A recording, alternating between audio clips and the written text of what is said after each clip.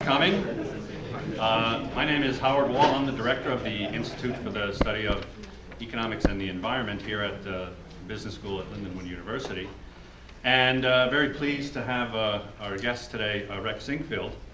And before I introduce Rex, I'd like to just give an announcement. We have another event coming up in April. April 4th, a roundtable event called Sustaining Entrepreneurial Success in Uncertain Economic Times. That's the working title. But if you see an announcement for something vaguely like that, then you'll know that it's here and that we're putting it on. So without any further ado, we're pleased to have Rex Sinquefield talk about proposals he's been involved in for tax policy for Missouri. And Rex is often referred to as one of the world's leading financial gurus. Now, this is off of his own website, so. But he now spends most of his time and resources in philanthropic causes. Raised in St. Vincent Orphanage in St. Louis, Sinquefield earned a business degree from St. Louis University and a master's in business administration from the University of Chicago. Along with associate David Booth, Sinquefield formed Dimensional Fund Advisors in 1981, which today oversees $100 billion in global assets. He co-founded and serves as president of the not-for-profit organization, the Show Me Institute, the state's only free market think tank. In 2007, the Sinquefields founded the Chess Club and Scholastic Center of St. Louis, which I think is really his passion now. A venue where newcomers can learn the game and gurus can compete in local and national tournaments. And I think it's no exaggeration to say that St. Louis is now the chess capital of the United States. Is that right? For the world. For the world. Wow. See. So he's also a life trustee of DePaul University and serves on the boards of the Missouri Botanical Garden, Missouri History Museum, Opera Theater of St. Louis Art Museum, St. Louis Symphony, Contemporary Art Museum St. Louis, and St. Louis University. So we're very happy that he could squeeze us into his apparently extremely busy schedule to come and talk to all of us. We can have a hand for Rex Sinquefield.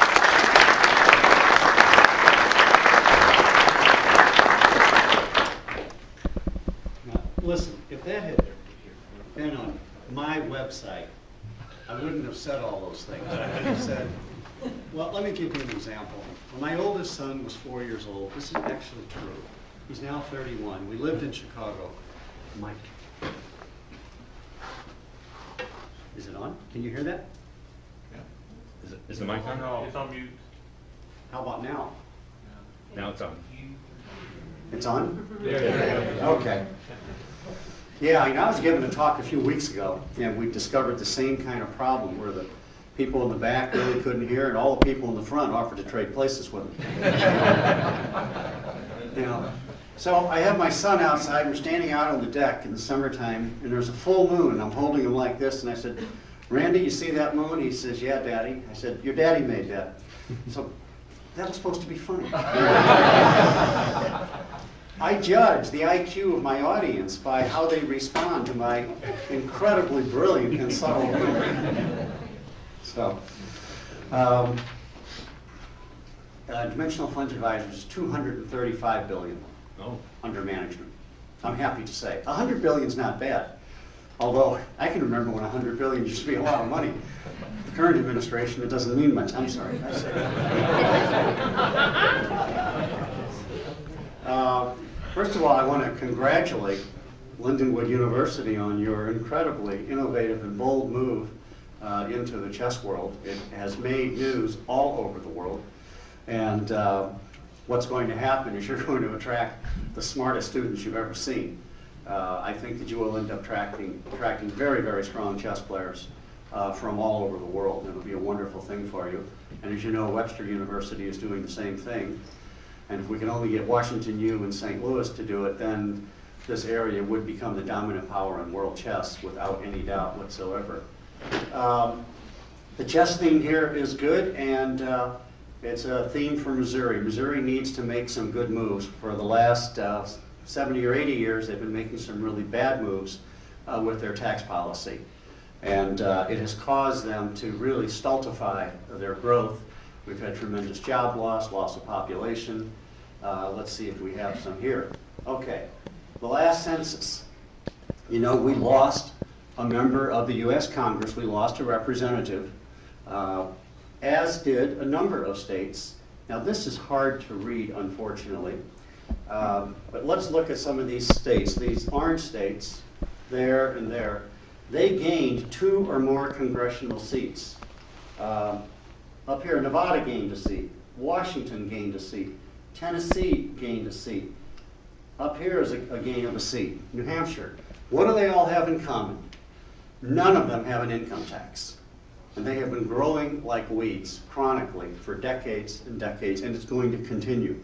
At the beginning of the 20th century, Missouri had 16 members of the U.S. House of Representatives. Now we're down to 8. The Northeast used to be dominant in terms of the number of representatives, and they are chronically losing congressional seats, except for New Hampshire, which doesn't have an income tax. And let's see, the people that lost seats: Illinois, Iowa, Missouri, Pennsylvania, New Jersey, they all have an income tax. So the population is moving consistently from states with income taxes to states without income taxes. And the reason for that is simple. The returns to work and the returns to investments are higher if you don't tax them. If tomorrow we could push a button and eliminate Missouri's 6% income tax, then every prospective investment in the state would suddenly have an expected return that is 6 percentage points higher. And so those investments that before that moment perhaps were not attractive, many of them would now be attractive. You can think about this on the national level. Why are corporations and individuals hoarding cash? Why are they not making new investments? Yeah, there's uncertainty and all of that. There's always uncertainty. We live in a world of uncertainty. But what we have at the federal level is the very serious prospect, in fact, in this case, I would say the probable prospect, that taxes will go up in 2013 with the expiration of the Bush tax cuts, and in 2014, they will go up nearly another 5 percentage points. So we're looking at somewhere between 9 and 10 percentage points. Now, if you consider that you're a business person and you want to make an expansion or an addition of any sort, you want to hire people, you have to say, what's the return on that investment? And let's say it's 25%.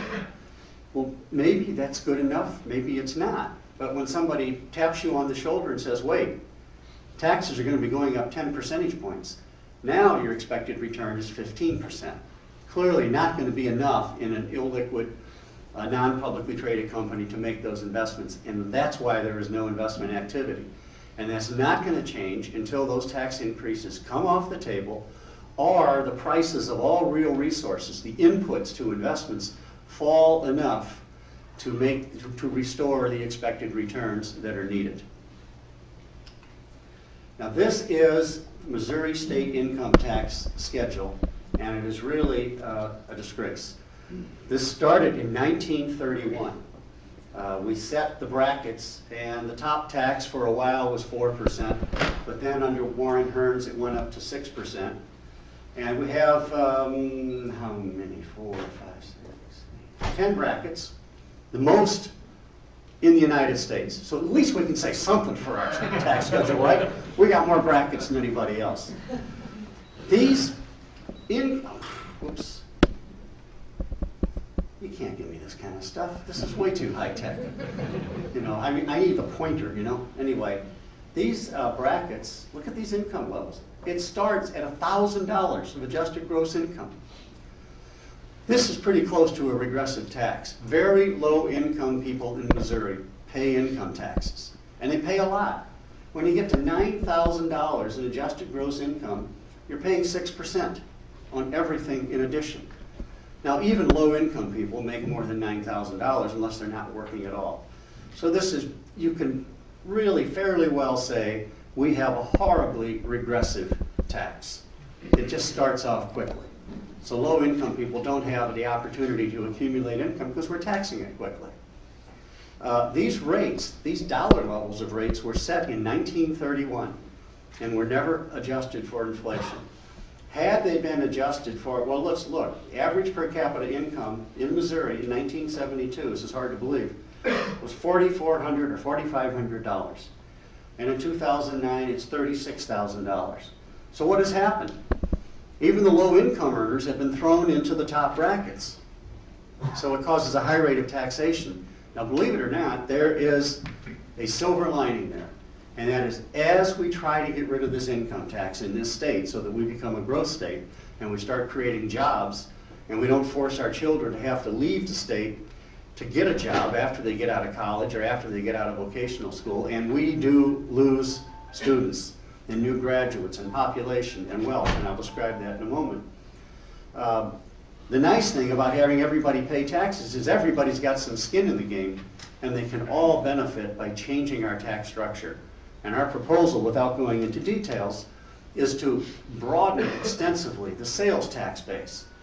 We only tax about $60 billion of goods and services in the state of Missouri. That's the sort of the general revenue of the items that are subject to sales tax.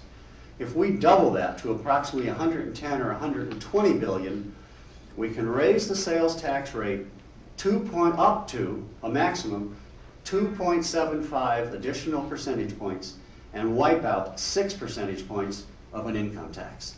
So it's a very worthwhile trade-off, and the states that do that grow like weeds all the time. Okay, here is, this will make you sick. This is the growth of Missouri and a few other states over 4 decades, 5 decades actually. You can see Missouri is 43rd over this whole period, 1963 to 2010. Over the last 12 years, we're 48th, and so we're working our way down the last. And you can see what it was in the various decades. Only once by chance were we halfway decent. But these are 3 states, Tennessee, Texas, and Washington, that don't have an income tax. Now, Tennessee was a state that was smaller than the state of Missouri by every economic measure in 1947. And in 1947, its Supreme Court threw out their income tax. They said their Constitution did not give the state the authority to impose an income tax. And they passed Missouri over the past 60 years. They've just blown by us in every economic measure you can think of. We may even have a table here. By the way, if you want to get a lot more detail, go to the website of showmeinstitute.org. It is the think tank that Professor Wall referred to.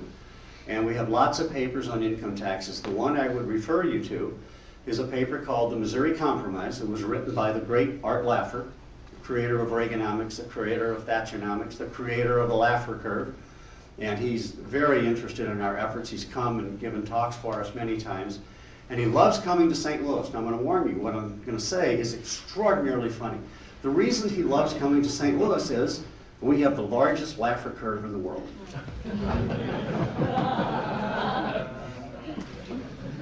So, this abysmal performance over a long period of time is due to a number of factors. What we believe the single most important factor is our income tax structure, because it makes investments and work less profitable for our residents, and so they move to states where it is more profitable. Let's take, for example, in the last 12 years, the amount of AGI, it's adjusted gross income, the aggregate adjusted gross income that left the state of Missouri, that's accounting for people who moved in and people who moved out.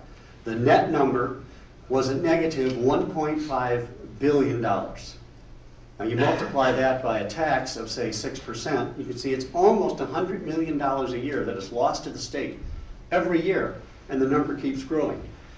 Tennessee, a no-income tax state, their migration of adjusted gross income was positive $6 billion. Texas was positive $17 billion. Florida, another zero-income tax state, was positive $70 billion, $70 billion. So we talked about the House of Representatives folks gradually moving to the no-income tax states.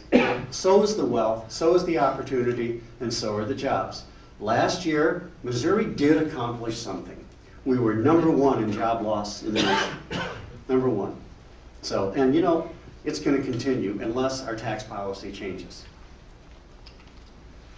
Okay, here's a few economic statistics, and in the paper I referred to, the Missouri Compromise, there's a lot more of this stuff. Art Laffer has spent his whole life studying the relations of tax policy and growth. all sorts of tax policy. If we look at gross state product, that's the state version of gross national product. You can see the states with no personal income tax over this particular period, almost 14%. The 10 states with the highest rate, 6.5% growth. Just a staggering difference. Population growth, 61% to 45%. And the non-farm payroll employment, no income tax states, 8%, and those with the highest rate, less than 0.5%. I mean, these are just staggering numbers. Okay, this is, so we got this sort of the static experiment that existed over a long period of time. And that is, we look at the states with an income tax and compare them to the states without an income tax, and we observe massive differences that occur almost all the time. But we could do a controlled experiment to measure the flip side of that. How about taking states that don't have an income tax and make them impose one, and then watch what happens? Well, fortunately, or unfortunately, for the other states, there were 11 states that as far back as 1962 did not have an income tax, and they subsequently imposed one on their people. And you can see it. What happened to their share of U.S. output declined in 11 out of 11 cases. It's just surefire. So if there was no connection between taxes and growth, you've got statistical students here, you could figure out the odds of going 0 for 11 if there was no relation. So pretty clear there's something going on here. Now this just shows the distribution. I'm not even sure why this chart is in here, but Travis puts this in here, so I have to say something about it. This is the distribution of income by income in the state of Missouri. For households, that's the blue, and then families, married couples, and single. And you can see where where it clusters around in here. But the real point is, there's almost nobody, very few, making less than $10,000. For the most part, those are students. People are working part-time or not working at all. And so as they start working, their incomes jump up pretty quickly, so they have a lot subject to the state income tax. And this was just giving examples of different types of occupations and what their tax levels are. Oh, I can't believe this. All right. We're going to replace the sales tax. I mean, we're going to replace we hope to replace the income tax with a sales tax. And this fellow, Chris Kelly, is a Democratic state representative in the Columbia area. And I'm going to repeat, he's a Democrat, and he has been advocating getting rid of the income tax since Adam and Eve. He knows, he just gave a talk the other day in Columbia for the Show Me Institute. And while he and I disagree on some things, we agree strongly. To quote him, raising state revenue through an income tax is just about the dumbest thing a state could do.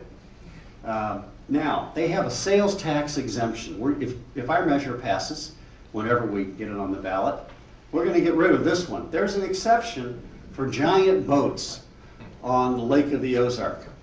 If these boats are available for the Coast Guard or the U.S. military, in case we are attacked, you just make that available. I'm not making this up. You can't make this up. They're exempt from sales taxes. So if you got a yacht, and there are a lot, you've been to Lake of the Ozarks, you know how many big boats are there. They're all exempt from sales taxes. Now, maybe they have to be there just in case the Kansas Navy attacks us. But that's this is a good example of the rich and the powerful and the connected getting exempted from taxes, but Joe Sixpack having to pay them. The best example is what happened recently in the state of Illinois. They raised their personal income taxes 70%, went from 3 to either 5 or 5.5. They raised their corporate taxes from 5% to 7%. And you follow the news, you know what happened. All of the big corporations just got in line and said to the state government, if you stick us with that additional corporate tax, we're leaving. So they all get exempted. Now, can you imagine one of you as an individual employee going to Springfield and saying, I want to talk to the governor, and I'd like to address the General Assembly. I want to tell them that if they don't lower my personal income tax, I'm going to leave the state of Illinois? I mean, do you think anybody would get an audience? No. Joe Schmo, Joe Sixpack, doesn't get that protection. The average working person, they pay the higher taxes, The wealthy, the politically connected, do not. That's the same thing that happens in this state. It's the same thing that happens in every state that has an income tax. And the way they do it is tax credits. You know, we want to do some big investment, give us a whole bunch of tax credits. Missouri right now is allocating or spending approximately $600 million a year in tax credits to the politically connected. What we're saying is if you're doing that, how about giving a tax credit to everybody and just phase out the income tax and be done with the tax credits? It works in all the states that have tried it. Oh, that's the statute that's unbelievable. Anyway, what we're really trying to do by getting rid of the income tax and moving to a sales tax is shift everybody's wealth to the right. And there we go. That's basically what will happen. Everybody wins in this proposition. And jobs will start coming back to Missouri. And businesses will start to come in.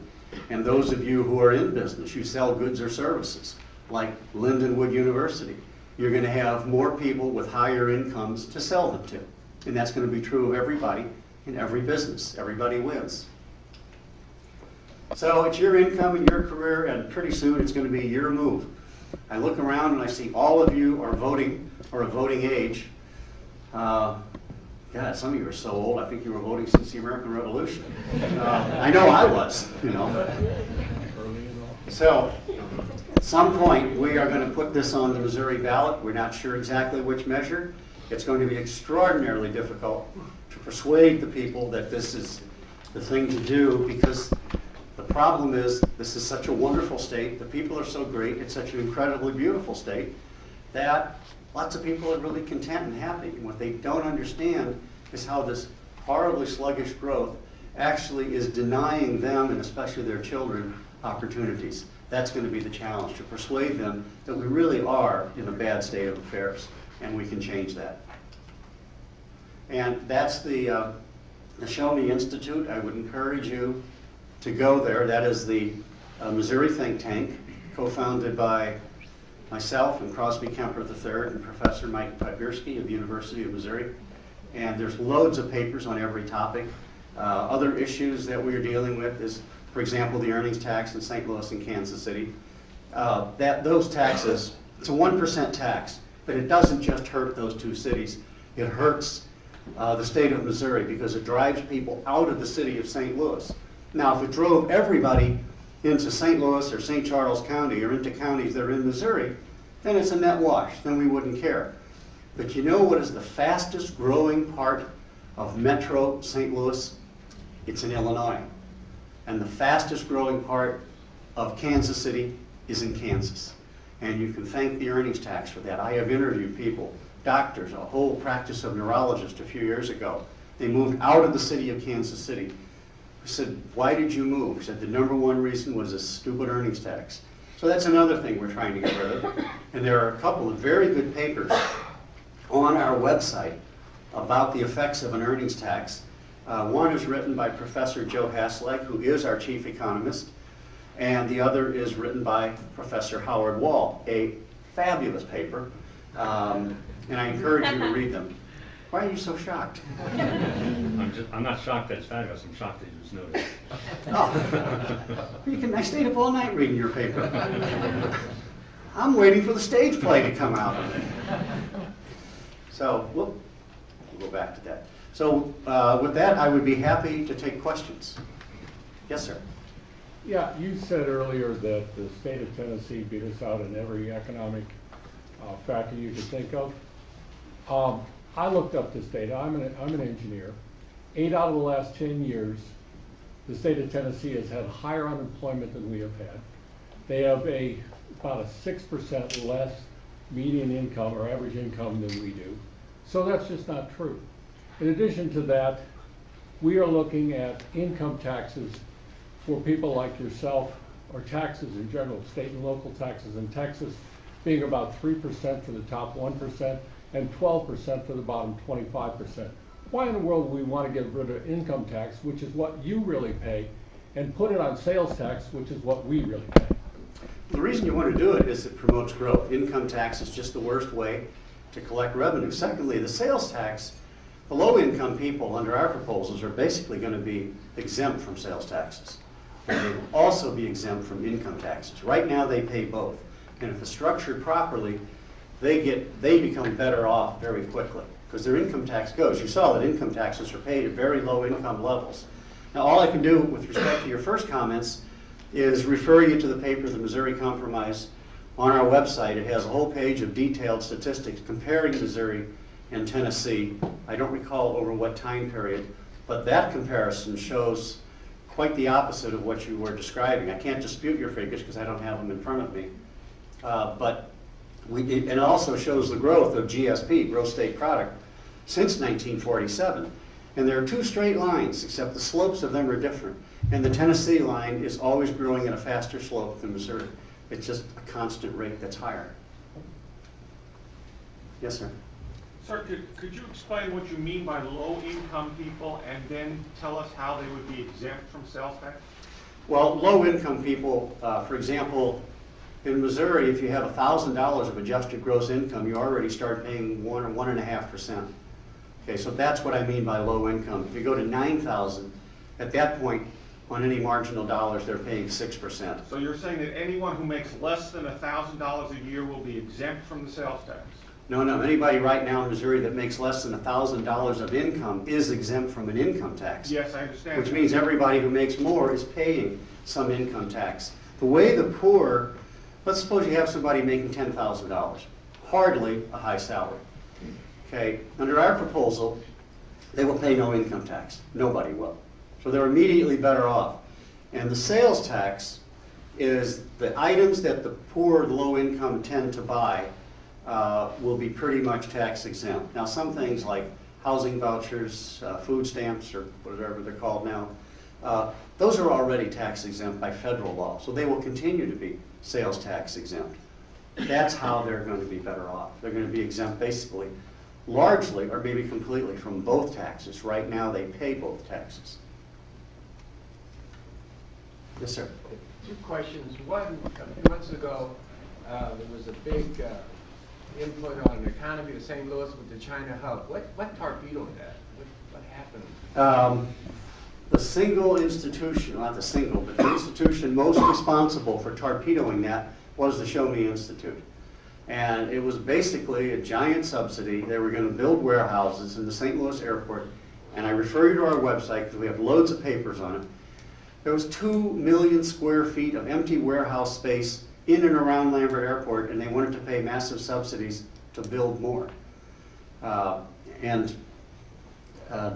papers give a lot more detail. The thing was never going to happen anyway. You know, a few years earlier, we had this thing, Bombardier, where the state wanted to give $880 million of tax credits to the Bombardier Aircraft Company, headquartered in Quebec, Canada.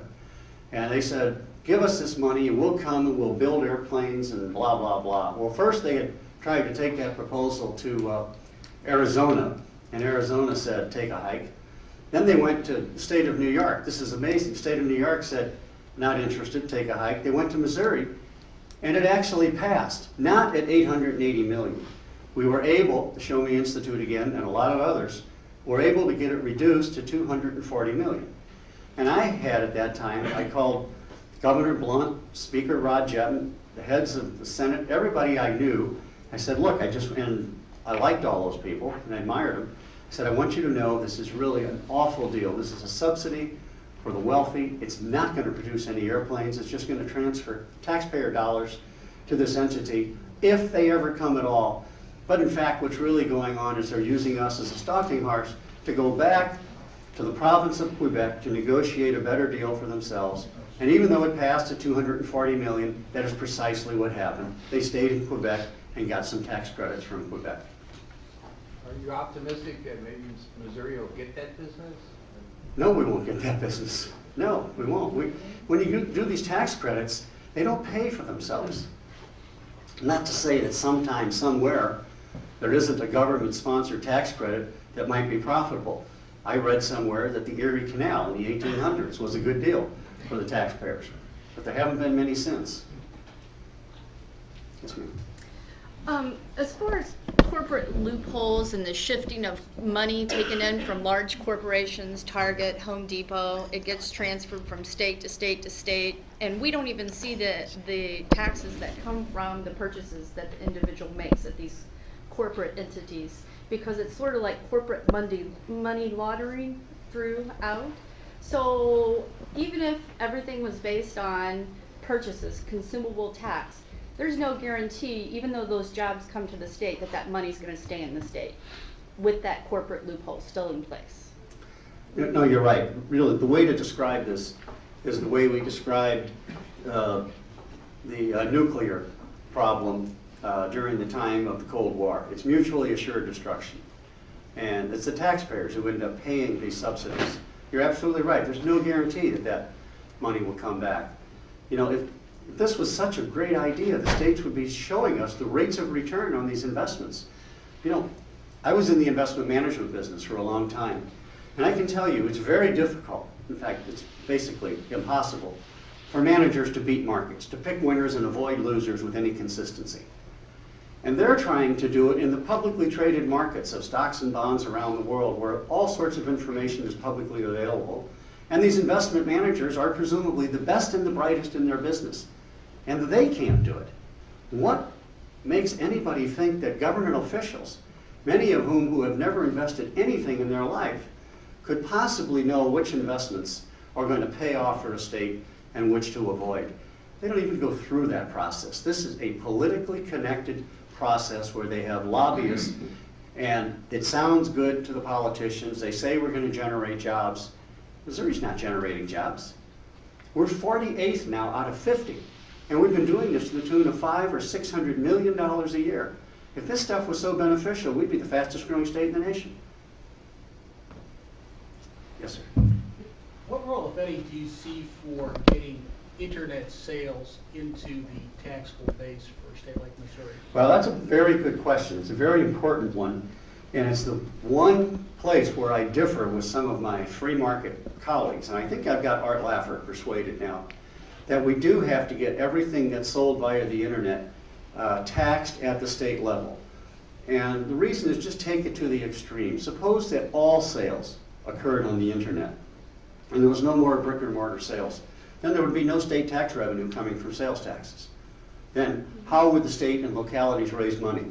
They would all have to raise their income taxes a lot, which would hurt productivity and growth, etc. That's why we have to get that. I think that Congress, and there's a whole group of states that are working on this, I think they're coming together where eventually that's going to happen. Now, fortunately, in the interim, we haven't had the movement to internet sales that people forecast probably 12 years ago or 14 years ago, where we thought the whole brick and mortar stuff was going to go away.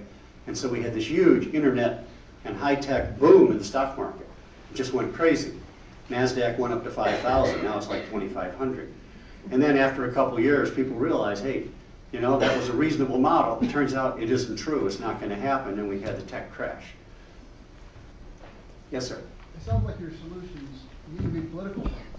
And actually, Linwood graduate is currently the chairman of the Ways and Means in the House, Andrew Koenig. Are you working with him? And in reality, how soon would these changes take place if they will take place? I'm not working with him personally, but we do have a whole political army that is separate from the Show Me Institute. That political army is about 40 people. It's grassroots, grass tops. They can lobby. They can do all that stuff. So if you give them money, or if you give money to our campaign, which we haven't advertised for yet, that is not tax deductible.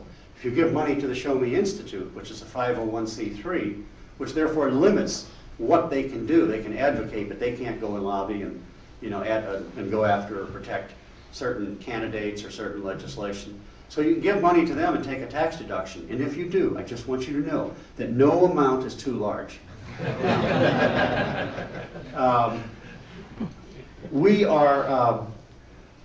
We're looking at the various approaches to this, and we poll them. And as I said, it's going to be difficult.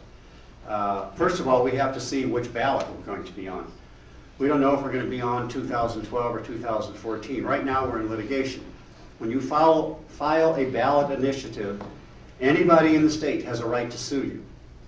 And once the initiative, the language is approved by the Secretary of State, then generally it's a lawsuit against the state. We're in litigation over the fiscal note. We submit a note to the state auditor and say, here's what we think the fiscal impact of this is if it's approved. And opponents can come in and say, no, here's what we think it is. We're in court over that issue. I don't know when that's going to be resolved. But it may take 4 or 5 different proposals before the people are comfortable voting for this. For example, one of them is to phase it out over about 4 or 6 years. Bring the income tax down a bit, bring the sales tax up a bit, broaden the base so many more things are taxed. But you could do it over a longer period. Or you could say to them, like we did in Prop A, how about ask Missouri voters, would you like the opportunity every 2 years to vote on lowering your income tax 1 point and raising the sales tax enough to offset those revenues, so it's always revenue neutral. And just have that come up every 2 years until the income tax is gone. That's another approach. That's what's going to happen with the earnings taxes in St. Louis and Kansas City. Because about 70% of you and all the voters in the state of Missouri voted for Prop A, now at regular elections in St. Louis and Kansas City, they have to put the earnings tax on the ballot, and it's a simple proposition, do you want to continue this tax? And if they ever vote no, then the tax is phased out over 10 years per the statute. So it's going to be difficult. And I'm not working with that representative, but I'm sure that army of 40 people is working with him closely. Yes, sir. Well, you may have answered the question I was going to raise, because I see a drop in income tax as being a one-time deal where you lose a lot of revenue at one time. And if your premise is right, you get economic growth. That would occur over a long period of time. So I was wondering what happens in the meantime when states are struggling with their budgets. Okay, there are a couple points. In all of our proposals, they are designed to be revenue neutral at each step of the way. So you take the income tax down by X dollars, expressed as a %. You take the sales tax up by enough to offset that. So there will be no loss in revenues. And but the key to it is broadening the base. You know, right now in Missouri, only 24% of transactions are taxed, the sales tax. We're going to try to take that up to, I think, 45 or 46%, taking the base from roughly 60 billion to over 110 billion. That's what enables us to simply have to raise, when it's all said and done, this could take years, only have to raise the sales tax 2.75% to get rid of a 6% income tax.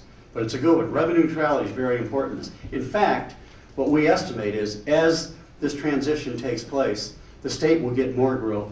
So this will probably be running a surplus almost from year one. Yes, sir. I'm Brother Bob, and I'm here for the River City Examiner newspaper. I'm a publisher of Terry Artists, happen to be here. Mine is, what the relationship with Paul McKee coming from North St. Louis, growing up in Pearl Harbor housing projects. We know we need development there. Also, what is your intake, you know, what you think in terms of that North Side development with Paul McKee? I actually don't have an opinion on it.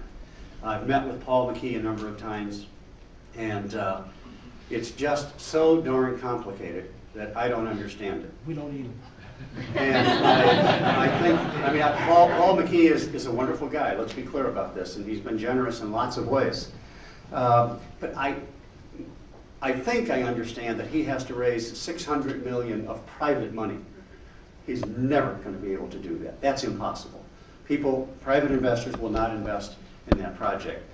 And that is hardly my specialty, but it just seems too big to succeed. I think we have to go at that incrementally.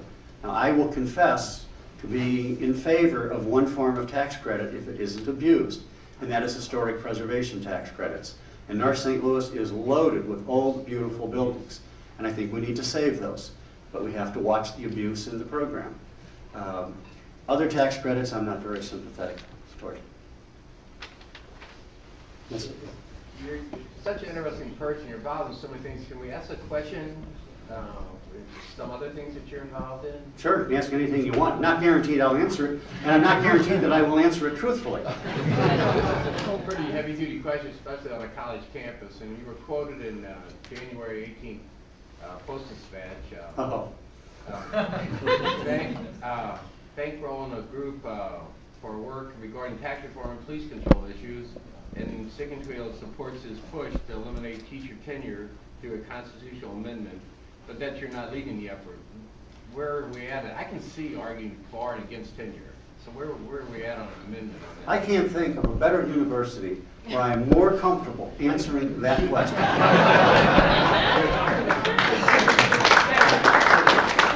Because it is a simple fact that Lindenwood University is leading the nation in this effort. I'm on the board of St. Louis University. Father Biondi has said to me many times, I hate tenure, and it's so damn hard to get rid of. It is a terrible system. It was brought in about the year 1000 to protect religious teaching from state governments. Now, I think it's been around long enough. It's about time we can get rid of it. Now, the problem in education is K through 12 education. See, I don't worry about college education, because you know what's great about college education is everybody is free to choose. There's no government-run monopoly in college education. Every college has to compete. Many years ago, Lindenwood almost went out of business, hanging on by its fingernails. And then you got tremendous management and people to come in, and you've turned it into a magnificent place. All you got to do is walk around the campus and say, that's the benefits of competition. That does not exist in K through 12 in the public school system in the United States or in Missouri. And can you think of any other business where people have lifetime tenure? Can you think of any other occupation in this country where you can screw up, and you can screw up children's lives permanently and they can't fire you? There was just an op-ed in, we were talking about this at lunch, the Show Me Institute, and I recall the estimate to get rid of a teacher in Missouri, or maybe it was specifically in the St. Louis public school system, a teacher who is really just horrible, cost about $100,000 in process and procedure. So you can't get rid of them. Now, it is a fact, after about 3 to 5 years in a new teacher's life, many of the good ones leave and go on to something else. And the bad ones stay, and their pay increases with time and grade. It is right now illegal to consider the performance of the students in setting the pay of teachers in Missouri. It's illegal. I mean, this is, you know what, there was a column written, and I hope I don't offend anyone. It was a published column by a man named Ralph Voss, who was a former judge in Missouri. He now owns and writes for a newspaper in central Missouri called the Unterrified Democrat. What a name. And it's in Osage County, Missouri. And he starts off in something like this. He said a long time ago, decades ago, the Ku Klux Klan got together and said, how can we really hurt the African American children permanently? How can we ruin their lives? And what they designed was the public school system. Yes, ma'am. When was the last time you were in a public school and talked to a public school teacher?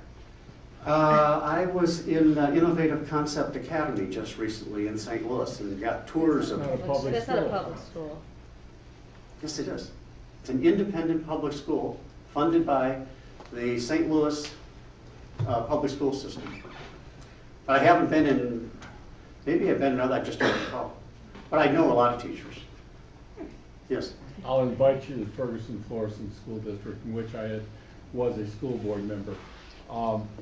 We are now 41st in the nation in per student spending on education. We were 30th in the nation 10 years ago. You joined suit when 200 school districts were suing the state for more money. You joined that and you put out information. You fought against that raise for these students. You have not been for public education. And you want my wife, who has kids that are homeless. There are 1,300 kids who are homeless in Ferguson, Florissant. You want my wife, who has kids that are beaten and sexually abused at home. You want people that are her students who are come from drug-addicted homes, and you want her performance to be based on their scores. Sir, I disagree with you, and I invite you and Dr. Podgorski to meet me any place, anytime. My daughter is a graduate of this university. I will be glad to debate you on the subject of school funding anytime. Okay, let's talk about the school funding. This was a case, it made the news, but not a whole lot. It was called the adequacy suit. These suits are going on all over the country. Well, they've slowed down since the Missouri suit. And about 220 school districts sued the state and said, we want more money for our K through 12 education. We're not getting enough money. Now, it says, I can't get into if each and every school district is properly funded. I have no idea. Are there probably misallocations of funds? Almost certainly there are. But anyway, I was persuaded to intervene because 6 to 8 weeks before this case was going to go to trial, and it would have cost Missouri taxpayers an additional $1.3 billion a year. Okay, 8 weeks before trial, Jay Nixon, the then Attorney General, whose obligation is to defend the taxpayers of the state of Missouri, had deposed exactly 2 expert witnesses. And it was clear to a lot of people that he was going to throw this case, and then that would be good for his election to governor. When we saw the magnitude of these numbers, we said, we have got to bring in experts. We intervened. Our lawyers, liberal Democrats, by the way, intervened. We brought in 40 expert witnesses from around the country. And fortunately for the state of Missouri, we had a very smart judge who was a Democrat, is now the U.S. Attorney in St. Louis. And they basically were 9 points, I think, in the case, and we won on every single point. The case ultimately revolved around, are we spending enough? The Missouri Constitution says you have to spend 25%. We were able to show we were spending a lot more than that, and that was over. Now, the second point, I know a lot of kids that have problems. They go into public schools, they go into parochial schools. Those kids need to be helped. But there's nothing wrong with evaluating teachers' performance based on how well those kids improve, not based on their condition when they come in. Do they make any improvement at all? And I'll bet you they do. I'll bet you they make a lot of improvement on these kids. There is research that shows that a good school can overcome, not entirely, but can overcome the effects of a bad home life. It can't erase it, but it can overcome it, a really good school. Let me just make one follow-up to what you were saying, because I read Dr. Podgorski's stuff that he presented before the court. The testimony. His testimony before the court. And one of the things he did was he was comparing St. Louis City schools and how they performed. And one of the problems the St. Louis City schools have is turnover. In the year that he did, which was 2005, half of the kids switched schools. So how do you pretend to be able to evaluate a teacher when half of those kids turn over during the year? My daughter's 5th grade teacher started with 23 kids one year, ended with 23 kids, but 17 of them were different. How do you evaluate a teacher? Well, I'm not saying the evaluation in circumstances like that is easy. We're just saying the evaluation is something that's really important and should be there. There's no other business in this country or in the world where you don't examine responses from your customers and your clients. And in this case, the trouble with the monopolistic public school system is, who's the client? It's not the children, and it's not the parents, because they don't pay the money. In any business, the client is the one that shells out the money for the good or service. The client is pretty much the state legislature. And that's the difficulty in a government-run monopoly. It's not going to get any better until we change the structure. Yes, sir. On a completely different note, in your opinion, what will it take for humans to recapture domination of chess over the machine?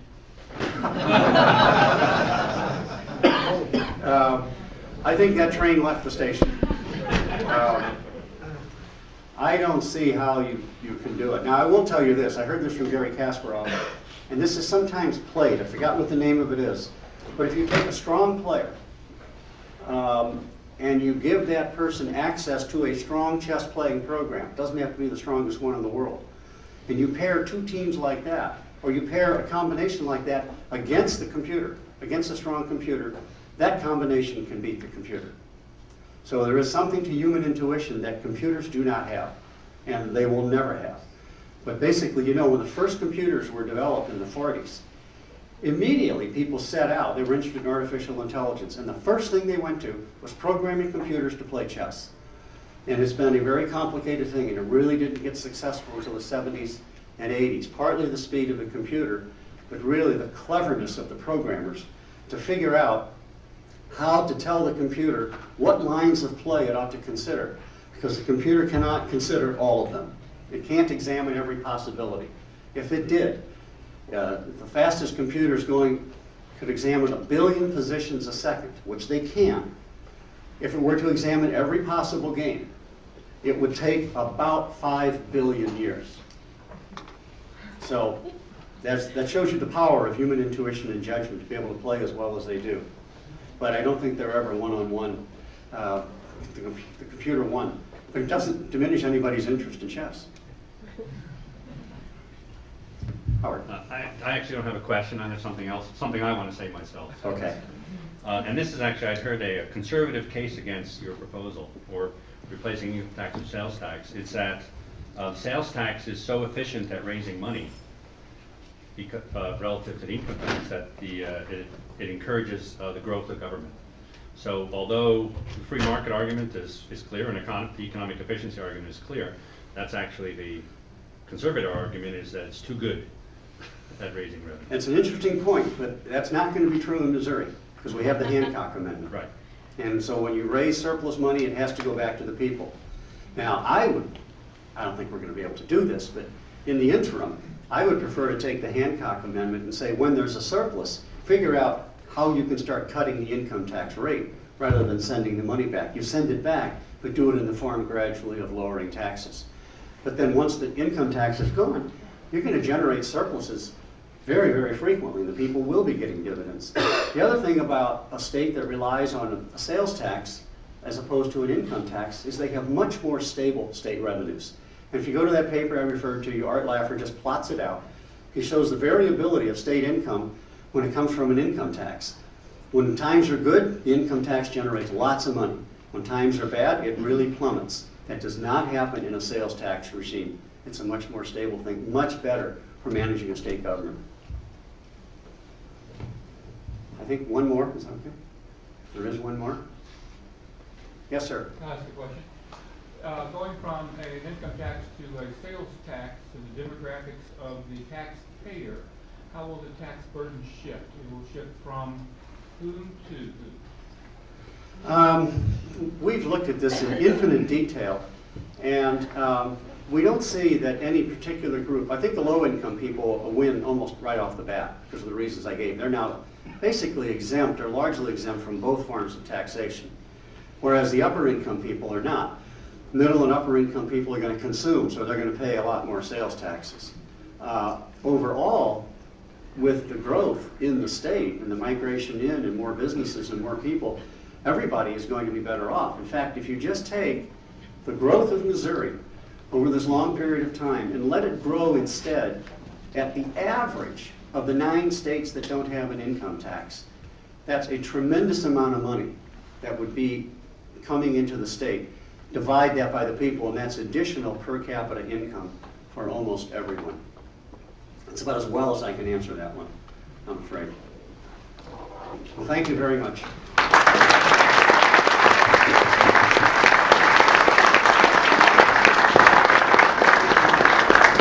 Thank you all for coming, and remember April 4th, Sustainable